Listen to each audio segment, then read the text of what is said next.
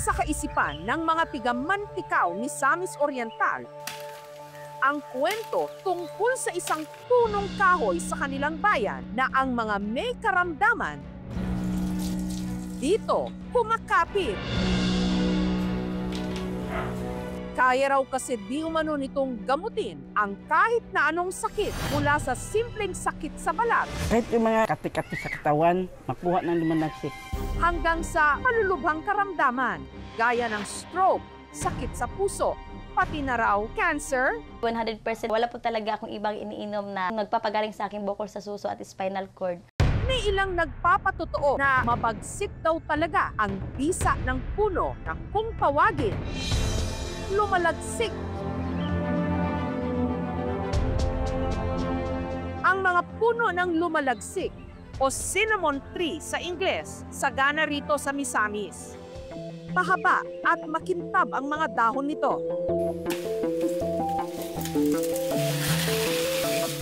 Pero ang nakagagaling daw na bahagi nito, ang bark o balat. Si Risa, kinukolekta at inilalaga ito para maibsan daw ang sakit sa kanyang likod. May nararamdaman po talaga ako pero dinadala ko lang po siya kasi nga akala ko pasma lang. Pero nung ipinakonsulta niya ito sa doktor, nalaman niyang hindi lang pala ito simpleng sakit, kundi cancer na pala. Active cancerous po siya dahil po daw sa mga dot-dot na pula tapos wala sa pwesto daw yung spinal cord. Si Risa, niresetahan ng gamot. Maintenance ko daw po yung gamot tapos babalik po ako after 6 months. Natakot po ako kibali, hindi na ako bumabalik. Pero kalaunan, ang kanyang sakit lumala. Para po talaga akong ma-stroke, hindi po ako makagalaw. Pati yung kamay ko, hindi po talaga mabubuksan. Tapos hindi ka makapagsalita ng maayos kasi nasa gilid na po yung bibig mo. Sa pag-asang gumaling, kung ano-anong halamang gamot na raw ang kanyang sinubukan. Naka-order po ako ng alingatong, yung mga paragis, ganun po. Yung bela-bela, na-try ko na din po. Yung bituo, na-try ko na din po. Parang ganun lang din nangyari. Lumala din po karamdaman ko. Hanggang sa lumaki na talaga yung tiyan ko at hindi na po talaga ako halos makatayo. At tila hulog daw ng langit na may kaibigan siyang nagrekomenda na subukan niya ang pinakuluang balat ng lumalagsik. Ang mga nakolektang tree bark, pinutol-putol ni Risa.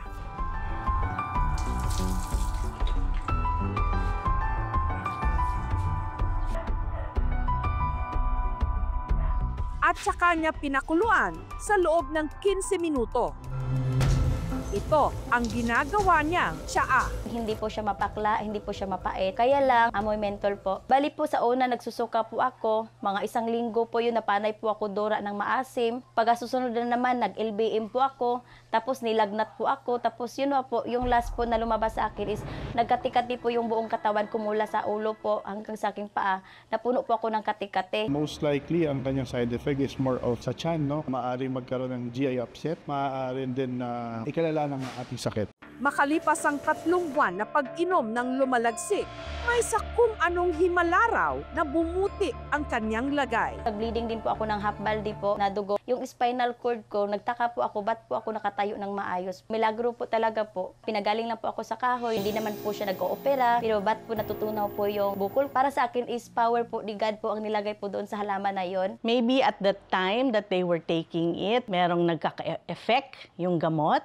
Pero nagkasabay lang, no? Nung ininom yung tea, yun yung time na talagang nag-work na rin yung gamot. Kaya akala nila na yung tea talaga ang nagpagaling sa kanila. There's still a not conclusive na study na makapagpatunay na ang pag-inom ng herbal tea ay nakakatulong sa pag-healing ng buto, no? May mga studies naman na ang mismong pag-take ng sinasabing herbal tea na yan ay pag-decrease ng pananakit, anti-cancer effect. Ngunit ito ay kailangan pa ng mga further studies.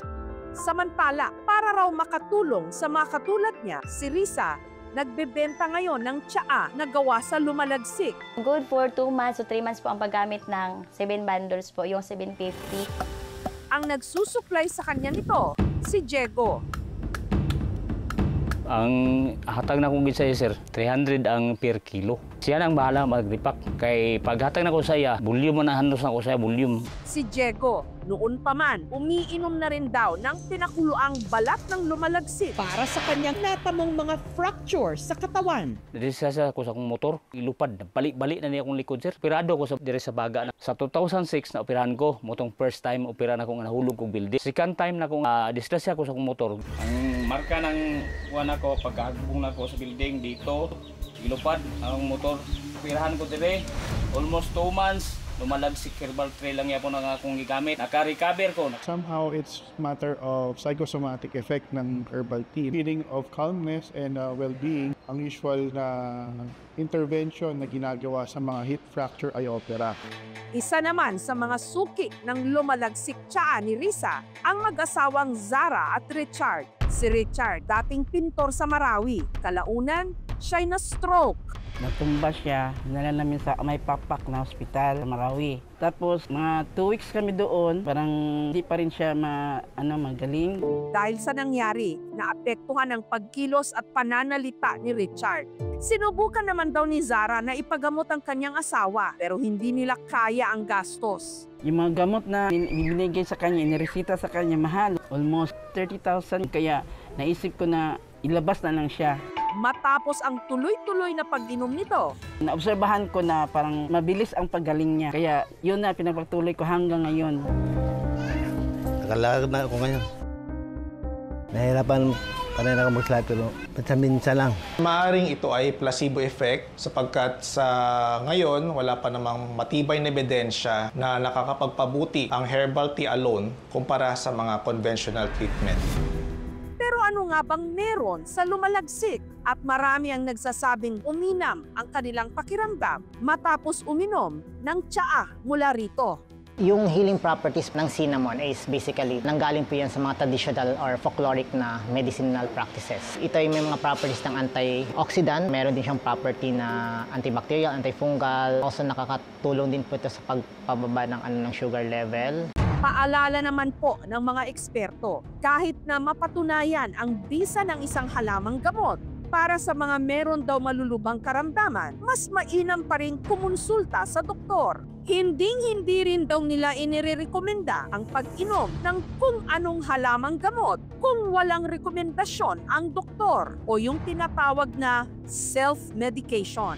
Kung hindi talaga fully tested, hindi natin alam, nakakasira ba to ng kidney natin? Makakasira ba to ng atay? Madalas bang nagkaka-allergy dito? Kaya nga kailangan pag-aralan kasi hindi nga natin alam kung anong pwedeng adverse effect nito. Mahabang panahon bago natin siyang ma-apply man lang sa FDA para mag-register siya na maging gamot. I really advocate using herbal medicines, but this should be evidence-based.